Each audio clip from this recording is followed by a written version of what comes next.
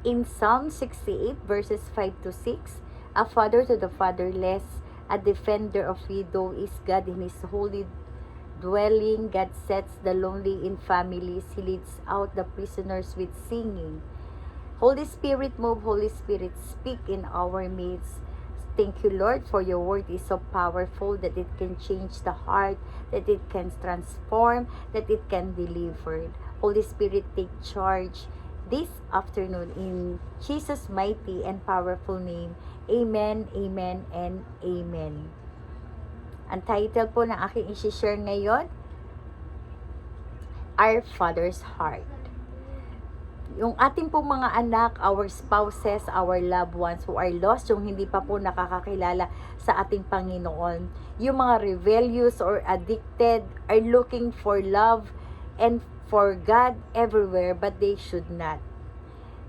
Doon po nila hinahanap ang pagmamahal. They are sometimes hooked in alcohol, in drugs, money, careers, power, influence, and so many other life-controlling strongholds, fleeing the very freedom they should cling to. Marami po ngayon sa mundong ito, no, they think na they longing that they could looking for something that it could satisfy in their hearts.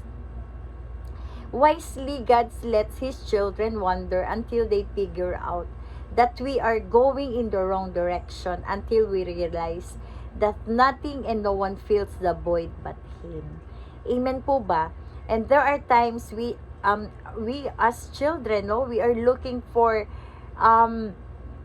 salamat dahil tayo po'y nakakilala sa Panginoon. Alam po natin what's the only thing that could satisfy us. Amen. Yung merong empty in our hearts, not only our Heavenly Father can siya lang yung makaka-feel and only He can satisfy.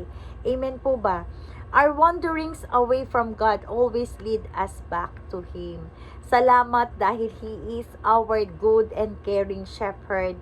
And there are times tayo po ay katulad ng mga tupa, no? Gusto po natin nag-e-explore, gusto po natin yung nag-e-eksperimento. Sinabi na po ng ating ginaid na po tayo ng ating Panginoon na ito, dito ka, this is the right path.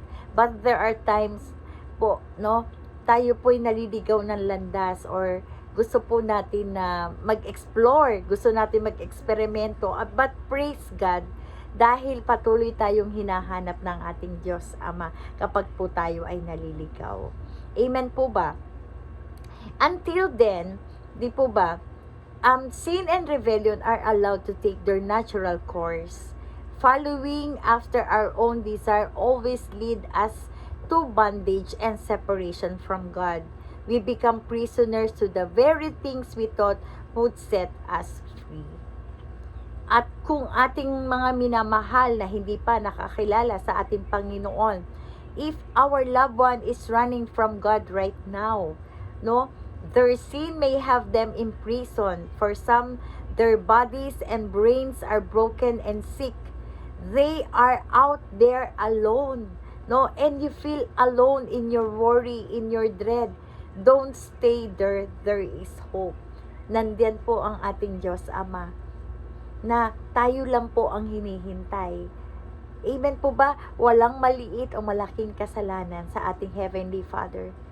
What He is looking for, no? Mag-repent po tayo, humingi ng tawad sa ating Panginoon, and move on. At ano po ang sabi? Maliit o malaking kasalanan na po yan, merong pag-asa. Dahil Jesus is our living hope. Amen po ba? This verse tells us the length of will go for the lost and lonely. Sabi po, seated in His holy dwelling, He is a father to the fatherless. Amen? Sinasabi po dito ng ating Panginoon, hindi po tayo nag-iisa. Ano man ang seasons ng ating buhay, ano man ang ating solusyon, ang challenges, ano man ang problemang pinagdadaanan natin ngayon. Kapatid, hindi ka nag-iisa. Nandyan lagi ang ating Diyos Ama. Amen po da. Amen po ba? We are not alone. We are not orphans. Our loved ones, no, we have a father, even if they had not yet gone recognized him. His name is Jesus. For that single mom trying to do this on your own, for the wife whose husband has decided this is also too much and found comfort instead in the arms of another, and for the widow who lost her husband too soon, God is your defender. Amen po ba? And for the single mom, hindi ka nag-iisa. Kasama mo ang Panginoon. And we have, sabi nga, God is your protector. God is your defender. Some Bible version translate defender as what? A protector or champion. God is fighting for you and for your dear ones. You are not alone in this battle. Hindi ka nag-iisa. Iwanan ka man, no? Nang ine-expect mo na hindi ka iiwanan. But our Heavenly Father, hindi ka niya iiwanan. At hindi ka nag-iisa anuman ang pagsubok mo sa buhay. You are dependent and protected by your champion. Sino yun? Your personal bodyguard who wages war against your enemy, and that is our Heavenly Father. He sets the prisoners free. No earthly chains of sin, addiction, or mental illness could hold them. Rebellion is conquered when God sets them free. They are set free once and for all. Amen po ba? Jesus chose to leave His heavenly dwelling for many years ago to restore us to Himself. Napakabait po, or ganun na lamang ang pagmamahal sa atin ng ating Heavenly Father, at ibinigay ang kanyang bugtong na anak, no? Upang tayo ay tubusin sa ating mga kasalanan.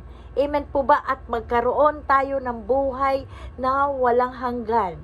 He understands loneliness, no? Sabi nga, alam ng ating Panginoon ano man, kasi naranasan na rin po niya yan, no? He understands loneliness. Naranasan din po niya ang pain. He suffered beyond our imagination.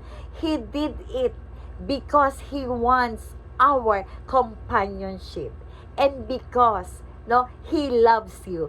He broke the chains that bind us and opened the prison's door. Amen! Salamat sa Panginoon. And that is our pointer number 2. Our Father's freedom. Sins bind us to the truth whether we can see it or not. Sabi nga ganon, sabi po, whether we believe it or not, doesn't change the truth. He did everything necessary to pay the price for our freedom. Sabi po in John 8:36, so if the Son sets you free, you will be free indeed. We are free.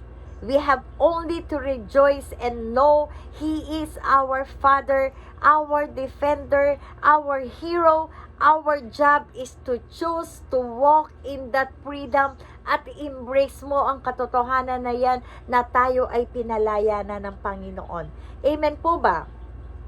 And for the one you have etched in your heart and consuming your thoughts, Jesus has set them free as well.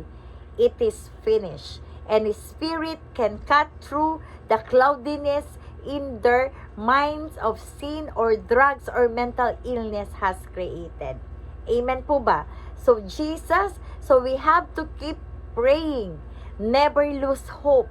When He opens their prison doors, there will be no force powerful enough to keep them bound. On that day, there will be singing and rejoicing is in heaven as one more of His lost ones comes home. Amen po ba? So ngayon po as we celebrate the Father's Day, no, kapatid, ikaw ay pinagpala kung ang iyong ama ay buhay pa.